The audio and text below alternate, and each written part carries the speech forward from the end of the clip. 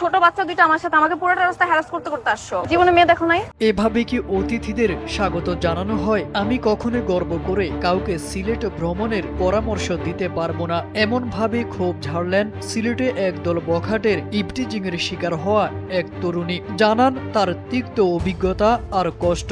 সামাজিক যোগাযোগ মাধ্যমে এমন একটি ভিডিও ছড়িয়ে পড়তেই পর্যটন এলাকায় নারীদের নিরাপত্তা শঙ্কা নিয়ে শুরু হয় তীব্র আলোচনা সমালোচনা। ক্ষোভ প্রকাশ করে তরুণী বলেন, সিলেটের গুয়াবাড়ি এলাকার আলীবাহার টি স্টেটে বেড়াতে গিয়ে তিনি ও তার দুই ছোট বোন দীর্ঘ সময় ধরে একদল যুবকের উত্ত্যক্ততার মুখে পড়েন। তরুণী ফেসবুকে লেখেন, এ সময় তারা তাকে অনুসরণ করে নানা মন্তব্য ও অশোভন আচরণ করতে থাকে। 5+ স্টার রেটিং প্রাপ্ত দেশের সর্বোচ্চ বিদ্যুৎ সাশ্রয়ী ওয়ালটন এসি স্মার্ট কমফোর্ট এখন নেক্সট লেভেলে। এক পর্যায়ে বিরক্ত হয়ে তিনি ওই যুবকদের উদ্দেশ্যে প্রশ্ন করেন, জীবনে মেয়ে দেখো নাই?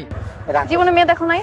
জবাবে তারা হাসতে হাসতে বলে, না। তরুণীর অভিযোগ, এ সময় আশপাশে অনেক মানুষ থাকলেও কেউ বখাটেদের থামানোর চেষ্টা করেনি। নিজের অভিজ্ঞতার কথা উল্লেখ করে তিনি জানান, এ ধরনের পরিস্থিতি সামলানোর অভ্যাস তার থাকলেও সঙ্গে থাকা দুই ছোট বোন বেশ ভয় পেয়ে যায়। পরে এক পর্যায়ে যুবকেরা তার কাছে ক্ষমা চেয়ে সেখান থেকে চলে যায়। পুরোটা রাস্তা সরি